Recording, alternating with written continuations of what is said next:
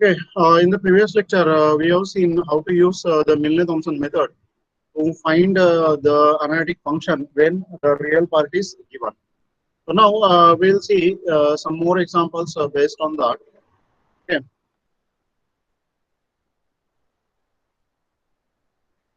So now let us have the examples based on the Milne-Thompson method when the real part is given. So we go with the example. Find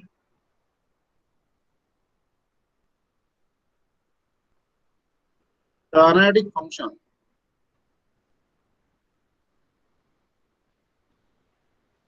f of z whose real part is u is equal to x by 2 log of x square plus y square plus we have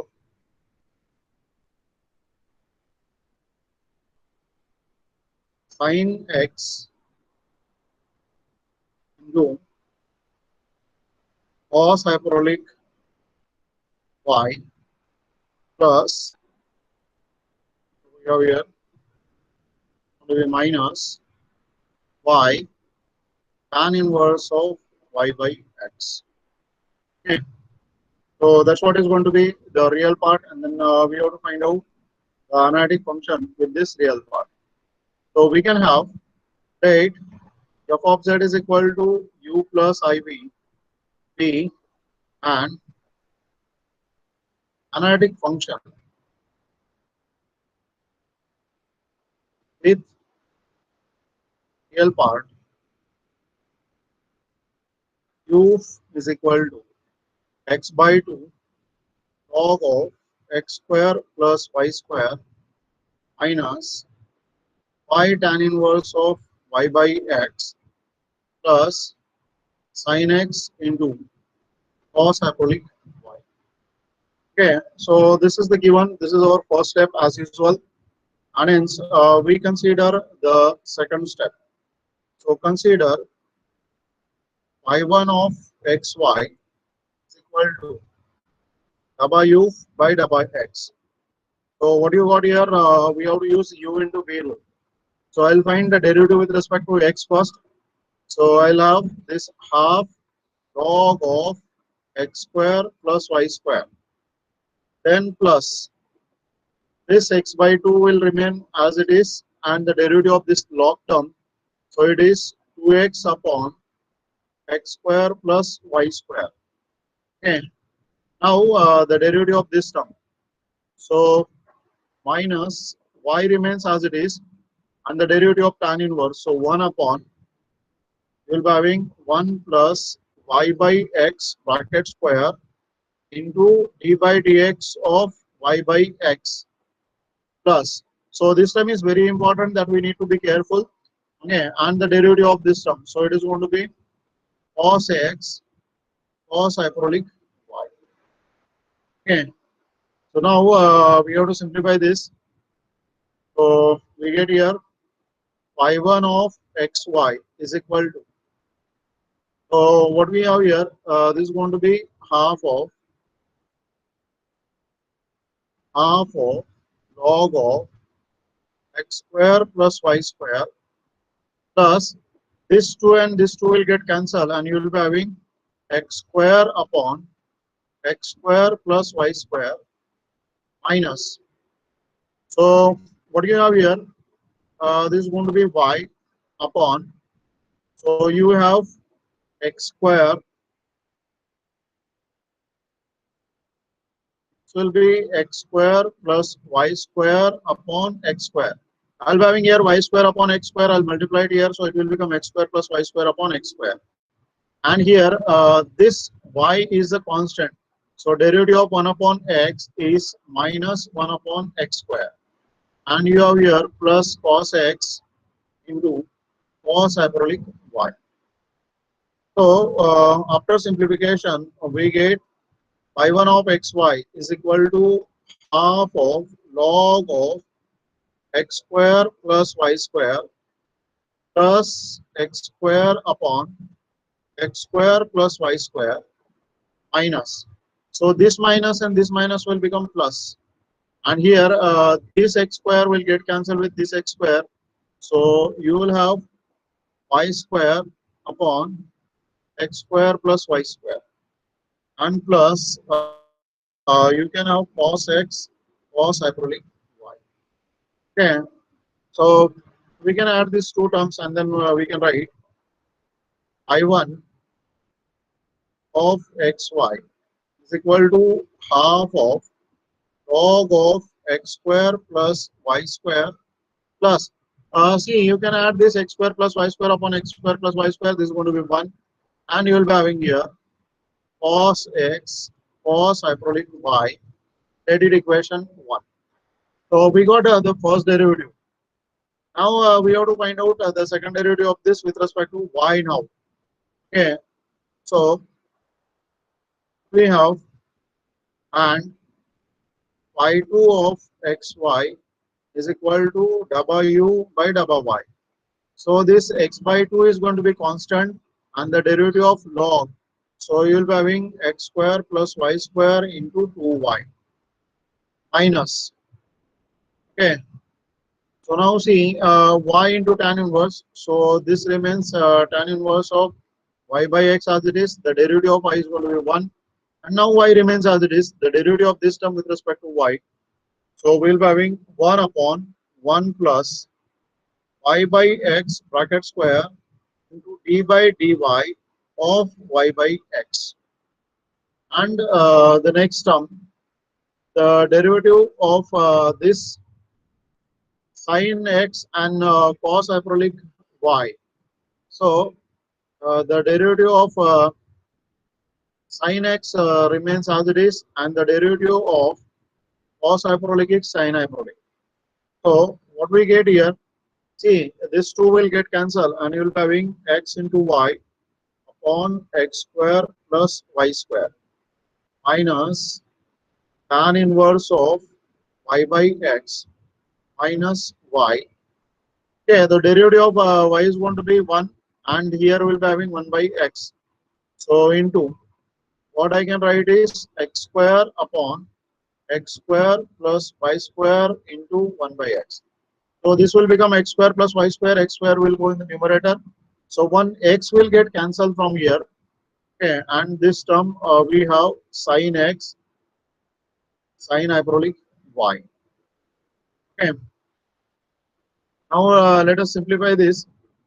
So phi2 of xy is equal to xy x square plus y square minus tan inverse of y by x minus this term will be xy on x square y square plus sin x sin hyperbolic y. So we can see this term and this term will get cancelled. So finally we have I2 of xy equal to, so this is going to be sin x hyperbolic sin y minus tan inverse of y by x. Let this equation. Okay, so we got our second step completed.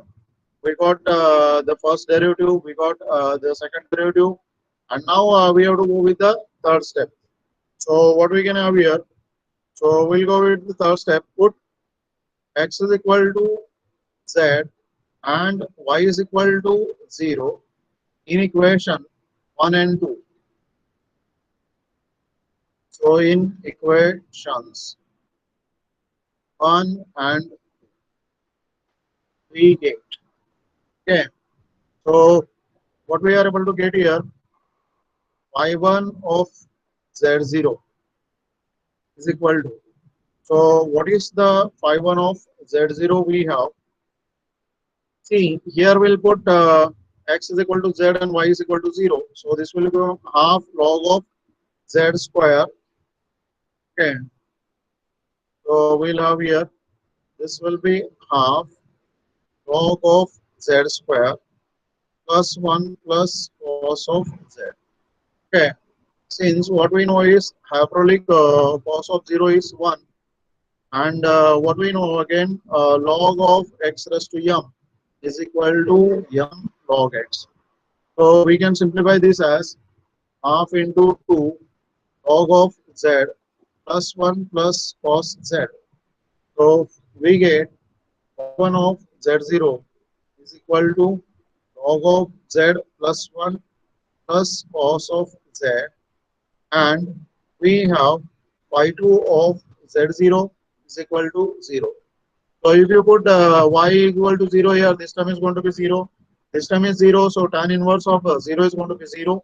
And hence we get this derivatives phi1 at z0 to be this and phi2 at z0 equal to 0. Okay, and now we have the fourth and important step. Okay, so we can write here by Milne-Thompson method. The analytic function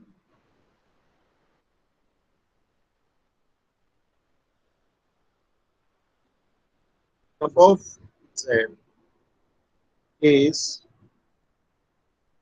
one as f of z is equal to integration I1 of z0 dz minus I integration y2 of z0 dz plus c.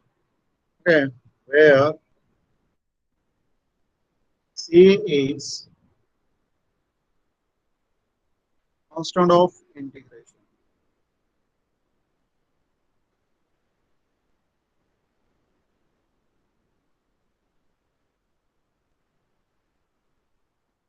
So it is going to be constant of integration. And now write down the terms what we know. Okay, so we get here f of z is equal to integration. So what we have log of z plus 1 plus cos z, and this is dz minus I 0 dz plus c. Okay, now simplify this. So we can have integration log of z dz plus integration dz plus integration cos of z dz. These are all different kind of functions, so that's why I'm writing the separate integrals. Okay, and plus c. Now see, when we want to solve this log of z, then we write this as log of z into 1 dz plus integration dz plus integration cos of z dz plus c.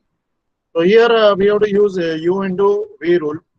Okay, and hence we can use generalized by parts rule. So we can say using generalized by parts rule we get. Okay, so what we are able to get here, see this term. So we'll get f of z is equal to. Now see, here we have this term as it is. So log of z into integration of this term z minus the derivative of this term. So 1 by z and the integration of this term. So z and then integration dz. Okay, plus integration dz plus integration cos of z dz plus c. Okay, so if you can write this, we can write this as z log of z. So we should not write the z here because it may get confused that whether we have to make z square or not. So this z is separate and this log of z is separate. So minus this way z will get cancelled and you will be having integration of dz. So integration of dz plus integration of dz plus integration of cos of z dz and plus c. So we can write z into log of z. This term will get cancelled plus the integration of this is going to be sin z plus c. Okay, so this way we are able to get the function f of z is equal to z log of z plus sin z plus c. So this is the required function, or is the required analytic.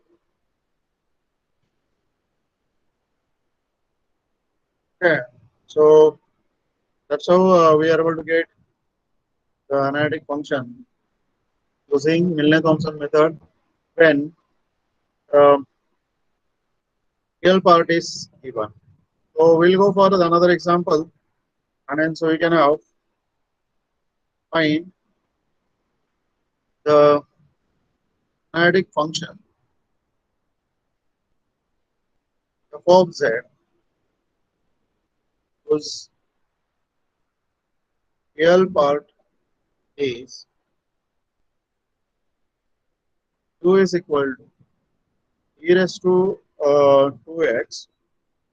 So we can have here x cos of 2y minus y sin of 2y.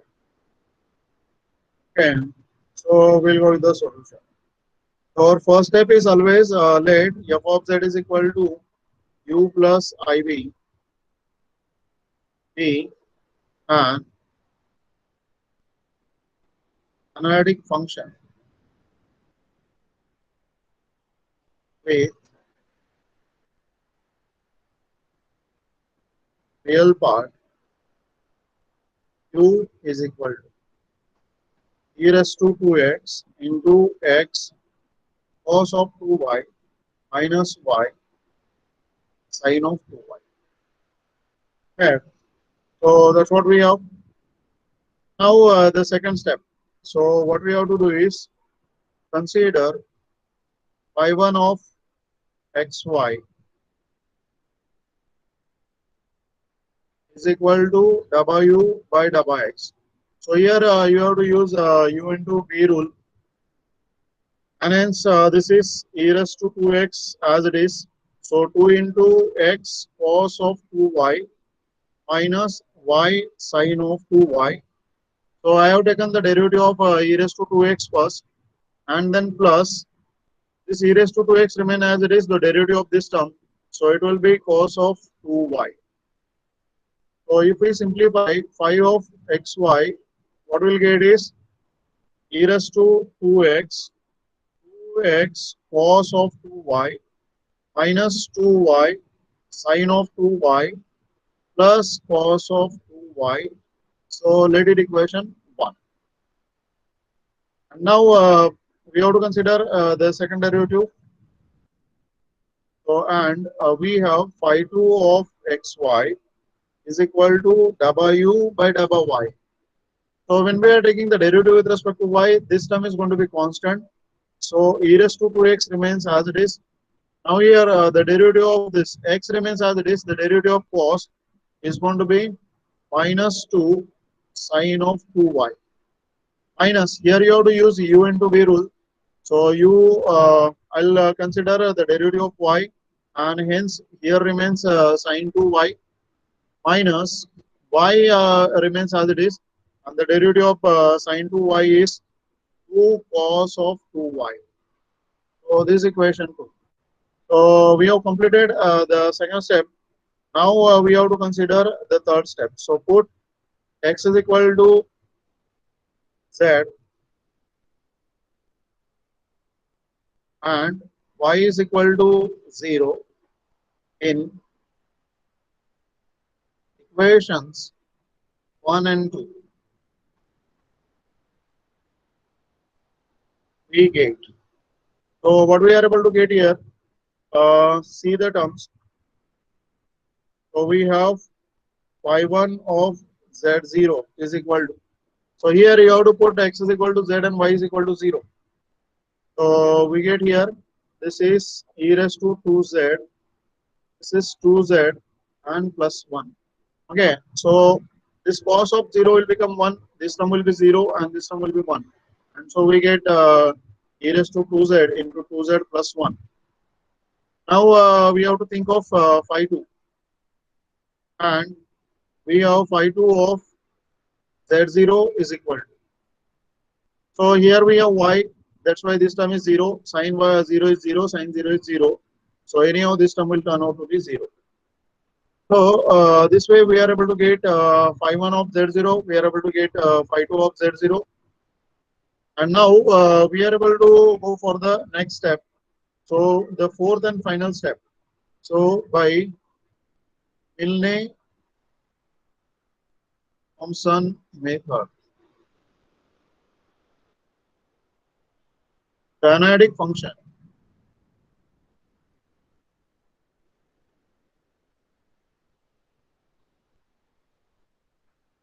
of z is given as. So what we have f of z? F of z is equal to integral phi1 of z0 dz minus I integral phi2 of z0 dz plus c. So where we have where c is constant of integration. Okay, and hence we write f of z is equal to integration. So you got here e raised to 2z z plus 1 dz minus I integration 0 dz and plus. Okay, so here you can see we have 2z plus 1 e raised to 2z dz and plus c. So this again u into v rule we have to apply because we have this algebraic function, this exponential function, and so we can write using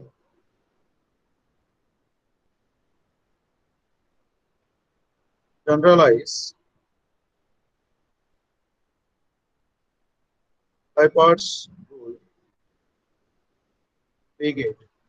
So what we are able to get is f of z is equal to, see we have this term remains as it is, so 2z plus 1, then the integration of e raised to z, so e raised to 2z upon 2 minus the derivative of this term is going to be 2 and integration of this term, so e raised to 2z upon 2 square, then plus c.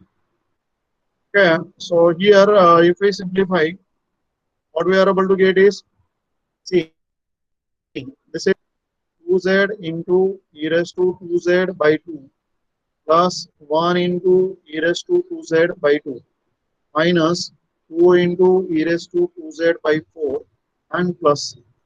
So this 2 and 2 will get cancelled. So it is going to be z e raised to 2z plus this is e raised to 2z by 2 minus this is e raised to 2z by 2 and plus c.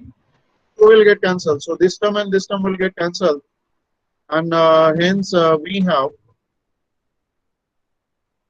So what we are able to get here, f of z is equal to, so we get z e raised to 2z plus c. Okay, so that's what we are able to get, and we can say is the required analytic function.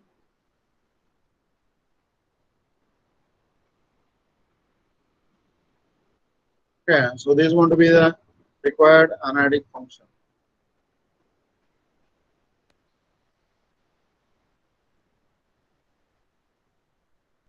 So now, do you have any doubt in these two examples? Okay, or was there any other question or any step that you were not able to get? So, if you have doubt, you can ask, please.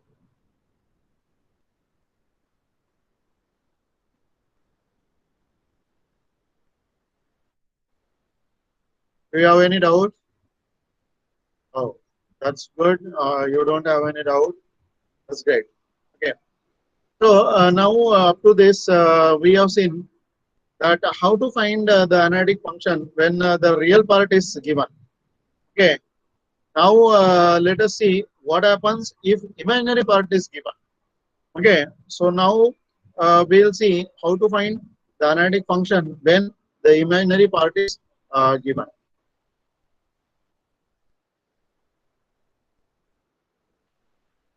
Okay, so let us see how to get the analytic function if the imaginary part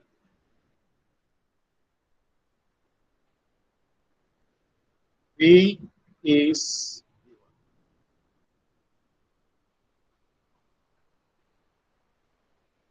okay. So let us see how to find the analytic function. Okay, so we can have find the analytic function f of z whose imaginary part is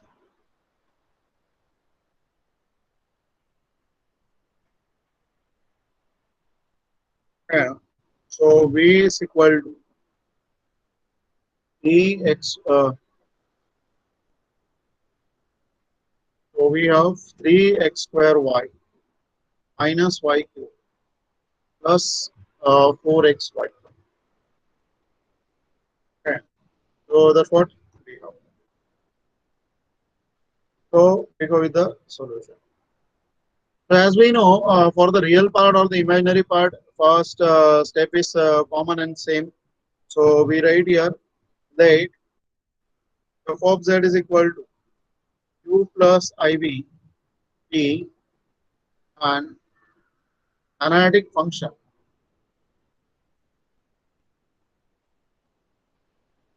with, now we have to be careful that what is given.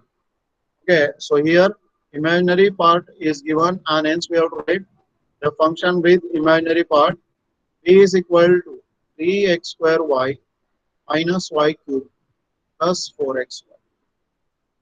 Okay, so once we know that the imaginary part is given, so all the steps accordingly we have to write, and hence we consider the second step. So consider psi1 of xy. So please be careful. Phi is used for u and psi is used for p. So psi1, the first derivative dabba v by dabba y. Okay, and the derivative of this with respect to y, so we get 3x square minus 3y square plus 4x. Okay, this is going to be equation 1. Okay, and we have psi2 of xy is dabba v by dabba x. So what we get here with respect to x, so it is going to be 6xy. The derivative of this term with respect to x is 0, and you'll be having 4y. So this is equation 2. Now again, the third step is common. Okay, so we can say put x is equal to z and y is equal to 0 in equations 1 and 2.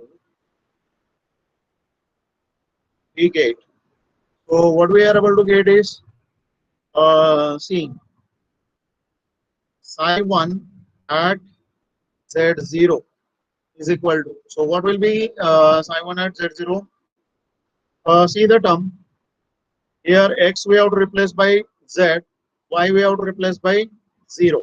So it will become 3z square plus 4z and psi2 of z0. Here we have both the term containing y, so it is going to be 0. Now we got our third step completed. So we have to proceed to the fourth step and important. So by Milne-Thompson method.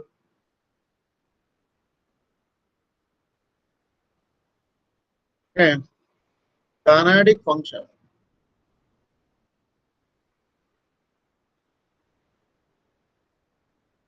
f of z is given as.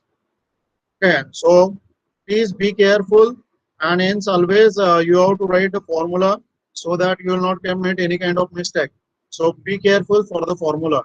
So psi1 of z0 dz plus I psi2 of z0 dz plus c. So we can say where c is constant of integration.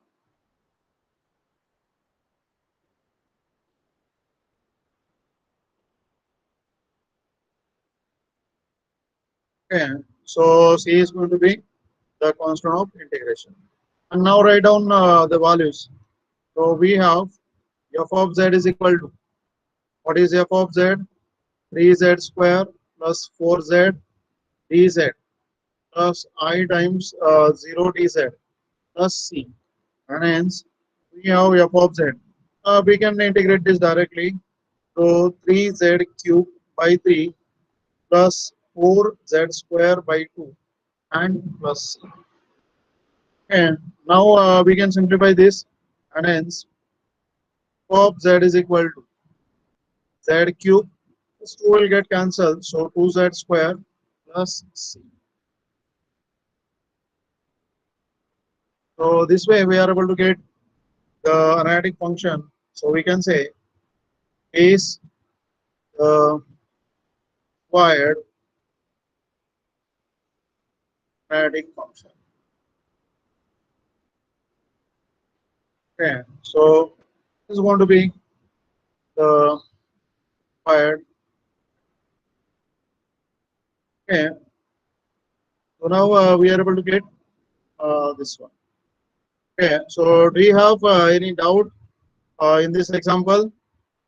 See, second step we have to be careful, and the fourth step we have to be careful.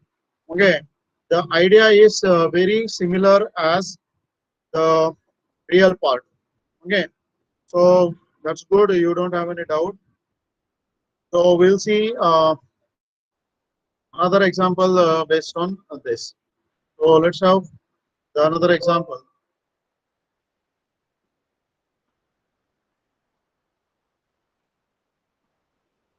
So we can have find the analytic function with imaginary part e raised to x is equal to e raised to x sin y plus tan inverse of y by x. Okay. So we go with the solution. So what we'll be having the first step, right? F of z is equal to u plus iv p and analytic function with imaginary part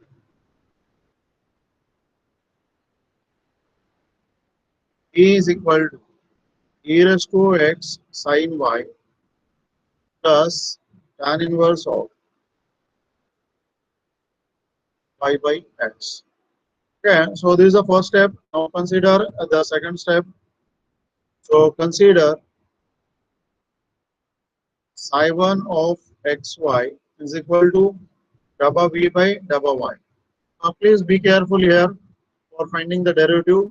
So e raised to x remains as it is. The derivative of sin y, v of cos y plus the derivative of tan inverse. So we have 1 upon 1 plus 1 plus y by x bracket square into d by dy of y by x. Okay, so here we have to be careful, and hence what will get this derivative? So we have psi1 of xy is equal to e raised to x cos y plus, so this term will be x square upon x square plus y square, because this will be y square upon x square, will multiply x square here and will go to numerator, into the derivative of y is going to be 1 and the derivative of this 1 by x remains constant. So we got psi1 of xy is equal to e raised to x cos y plus, so this one x will get cancelled, so we'll be having x upon x square plus y square. Let this equation. Okay, so we consider this equation 1. And now we have to consider the second derivative. So we have psi 2 of xy is equal to dabba v by dabba x. Now we have to consider derivative with respect to x. So e raised to x sine y plus 1 upon 1 plus y by x bracket square and d by dx of y by x. So here we have to be careful that we are finding the derivative with respect to x now. Okay, and hence what we can have is psi 2 of xy is equal to, so this e raised to x into sine y plus I'll be having this is x square upon x square plus y square. This y remains as it is and the derivative of 1 upon x is minus 1 upon x square. And hence we get psi 2 of xy is equal to e raised to x sine y. This x square will get cancelled and we'll be having minus y upon x square plus y square. This is equation. Okay, so we got the second step completed here. Now we have to think of the next.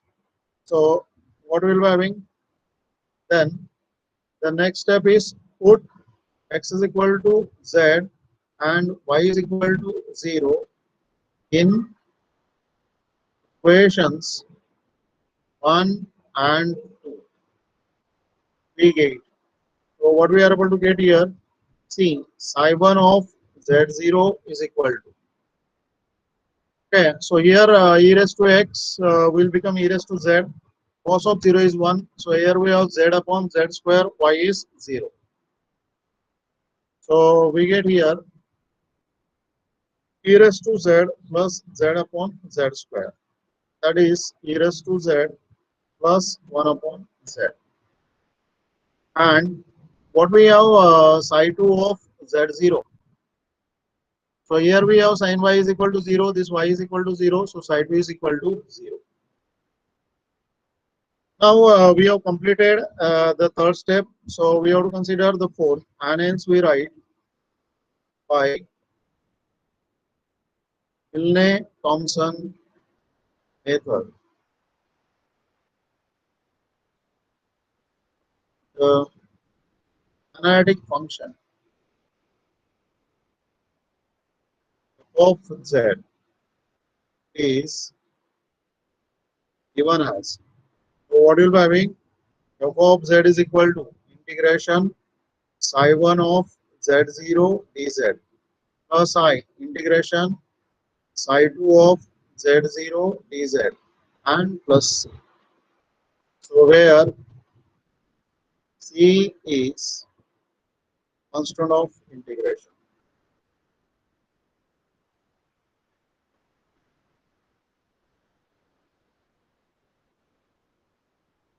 So we get here the formula, and once you write the formula, then you will calculate it correctly.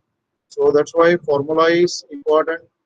So we have e raised to z plus 1 by z dz plus I integral 0 dz plus c.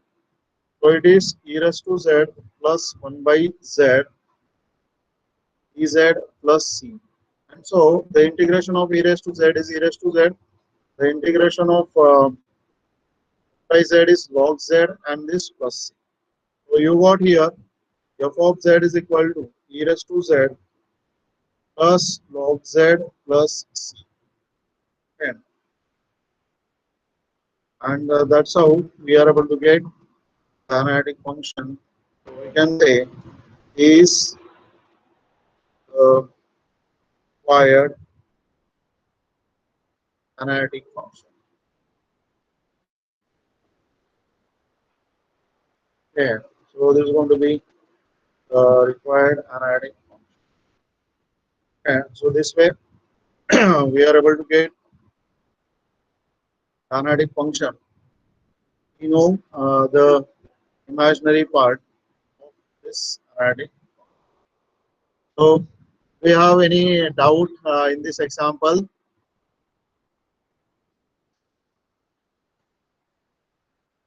Okay. That's great. You don't have any doubt. Okay, good.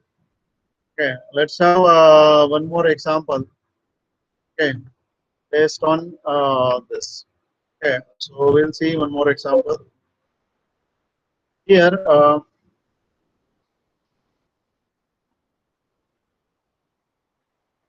Now we'll go with the example to find the analytic function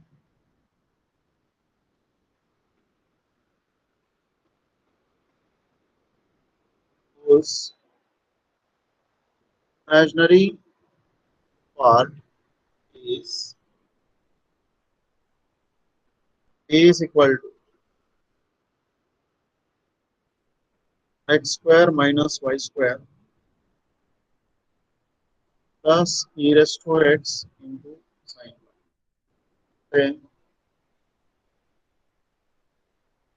e raised to 2x into sin of 2y. So we'll go with the solution. So what we'll be having that f of z is equal to u plus iv p and analytic function with imaginary part.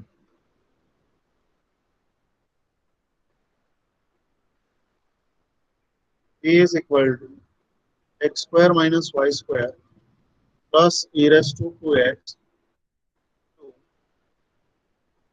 sin of 2y. So this is the first step, and hence we consider the second step. So psi1 of xy is equal to above v by double y. So here what you'll be having, the derivative of this x square with respect to y is going to be 0. So minus 2y, and here we have minus e raised to 2x. The derivative of this sine 2y will be 2 cos of 2y. Okay. So let this equation 1, and we have psi 2 of xy is equal to double v by double x. So the derivative is 2x. The derivative of this term is going to be 0. So you'll be having plus 2 e raised to 2x, and this sine of 2y remains as it is. So let this equation. So we got here the second step completed, and now we have to think of the third step. So what we can do in third step? So put x is equal to z and y is equal to 0 in equations 1 and 2. We have, so what we'll have, psi1 of z0 is sorry, psi1 we have here. Okay, so psi1 of z0 is equal to, so why we are going to put 0? So this term is 0. So this term is 2 e raised to 2z, and psi2 of z0 is equal to, so sine is 0. That's why this term is 0. So this is going to be 2z. Okay, so we got psi1 and psi2 at x is equal to z and y is equal to 0. So now we have to consider the fourth and the final step. Okay, so what we have here, the fourth step by Milne-Thompson method. Okay, the analytic function of z is given as, so what we have, f of z is equal to integration psi1 of z0 dz plus I integration psi2 of z0 dz plus c. So where c is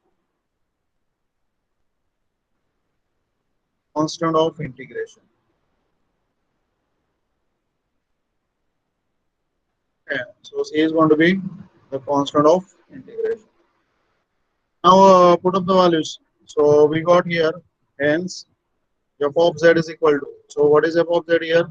So it is uh, integration 2 e raised to 2z dz plus I integration 2z dz plus c.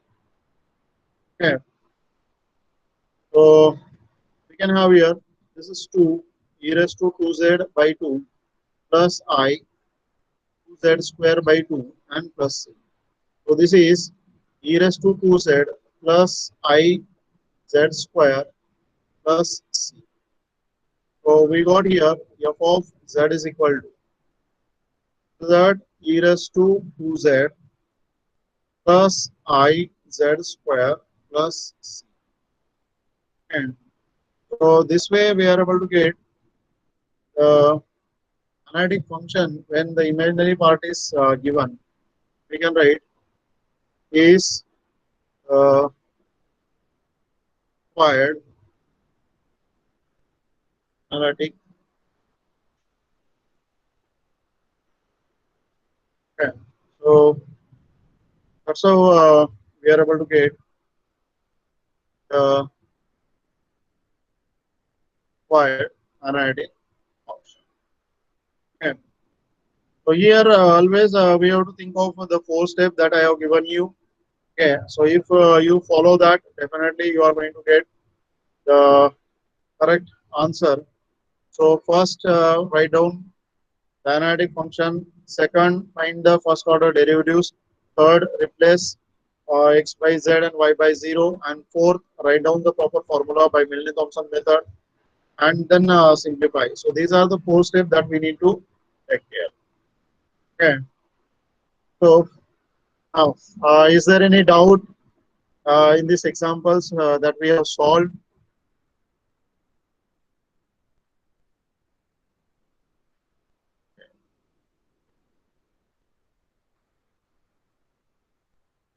It's great. There is no doubt. So I hope you understood this all. So have you got the idea how to find the analytic function when the real part and imaginary part is given?